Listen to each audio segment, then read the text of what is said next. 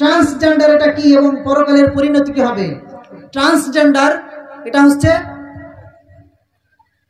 ইসলামে যে সমকামিতাকে হারাম করে দেওয়া হয়েছে সেটাকে বাস্তবায়ন করার জন্য মূলত এই ট্রান্সজেন্ডার।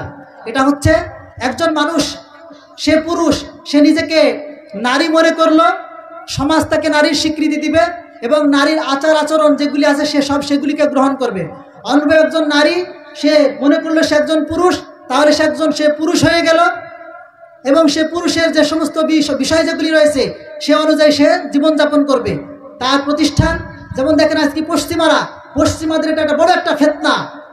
তারা স্কুল কলেজে এই সমস্ত তাদের বই, পাঠ্য বই এগুলি তারা পড়াচ্ছে এই ট্রান্সজেন্ডার এটা, অথচ এটা ইসলামের সঙ্গে সাংঘর্ষিক এবং এটা অভিশপ্ত শয়তানের এটা বিষাক্ত একটা মতবাদ এবং এর মাধ্যমে শয়তান মানুষকে আল্লাহর সঙ্গে সরাসরি যুদ্ধে লাগিয়ে দিচ্ছে।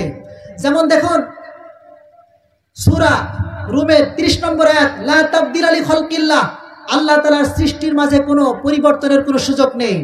তাহলে একজন পুরুষ সে অস্ত্রোপচারের মাধ্যমে, অনুরূপভাবে অন্যান্য চিকিৎসার মাধ্যমে পুরুষ সে এখন মহিলা হয়ে গেল, মহিলা সে অপারেশনের মাধ্যমে, অস্ত্রোপচারের মাধ্যমে সে এখন মহিলা, এখন সে পুরুষ হয়ে গেল।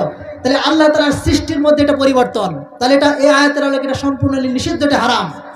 এবং সূরা নিসার 119 নম্বর আয়াত, শয়তান আল্লাহ তাআলার সঙ্গে যে শপথ চ্যালেঞ্জ ছুড়ে দিয়েছিল, ওয়ালা আমুরান্নাহুম ফালা ইউগাইয়িরুন্না খালকাল্লাহ, অবশ্যই আমি মানুষকে নির্দেশ দিব তারা আল্লাহ তাআলার সৃষ্টির মধ্যে বিকৃতি সাধন করবে। তাহলে পুরুষ থেকে মহিলা হয়ে যাচ্ছে, মহিলা থেকে পুরুষ হয়ে যাচ্ছে, তাহলে এটা আল্লাহর সৃষ্টির মধ্যে এটি পরিবর্তন করা হচ্ছে। কারণ আল্লাহ তাআলা সূরা হুজুরাতের 13 নম্বর আয়াত, ইয়া আইয়ুহান নাস ইন্না খালাকনাকুম মিন যাকারি ওয়া উনসা, আল্লাহ তাআলা বলেন আমি তোমাদেরকে সৃষ্টি করেছি নারী এবং পুরুষ। তাহলে নারী বানিয়েছেন কে? আল্লাহ তাআলা। পুরুষ বানিয়েছেন কে? আল্লাহ তাআলা। এর ভিতরে যে পরিবর্তন করছে এ সমস্ত আয়াতের আলোকে এই পরিবর্তন করে পুরুষ থেকে নারী হয়ে যাওয়া আর নারী থেকে পুরুষ হয়ে যাওয়া, এটা হলো স্পষ্ট, এটা হারাম। আর দেখুন যে কওমে লূত সম্প্রদায়কে আল্লাহ তাআলা যে ধ্বংস করেছেন, যেটা বর্তমানে মৃত সাগর, পুরা জাতিকে ধ্বংস করে দিয়েছেন সমকামিতার কারণে। পশ্চিমা বিশ্বের যে ফিতনা, তারা এটা রাষ্ট্রীয়ভাবে এটা আইনি বৈধতা তারা নিয়েছে। তারা চায় যে মুসলিম জাতির ভিতরে, এটা তো মুসলমান স্বাভাবিকভাবে গ্রহণ করবে না। মুসলমানকে যদি বলা হয় পুরুষ পুরুষে বিবাহ করো, মুসলমান এটা গ্রহণ করবে না। কাজে এই কৌশলে, এই ট্রান্সজেন্ডার এর মাধ্যমে কৌশলে মুসলমানদের মধ্যে এই সমকামিতা এটাকে প্রতিষ্ঠিত করতে হবে, বাস্তবায়ন করতে হবে। এটা হলো সম্পূর্ণ, এটা নিষিদ্ধ, এটা হলো হারাম। মহান আল্লাহ তাআলা পবিত্র কোরআনের সূরা আরাফের 80 এবং 81 নম্বর আয়াতের মধ্যে স্পষ্টভাবে উল্লেখ করেছেন যে তোমরা নারীদেরকে বাদ দিয়ে তোমরা পুরুষদের সঙ্গে তোমাদের চাহিদা পূরণ করছো, এটা হলো স্পষ্ট, হলো হারাম। কাজে আমরা এই সমস্ত ভ্রান্ত মতবাদের ব্যক্তি, পরিবার, সমাজ, দেশ সকলে আমরা এই ট্রান্সজেন্ডারের বিরুদ্ধে আমরা সোচ্চার হব এবং মুসলিম উম্মার সামনে এটা আমরা বুঝাবো।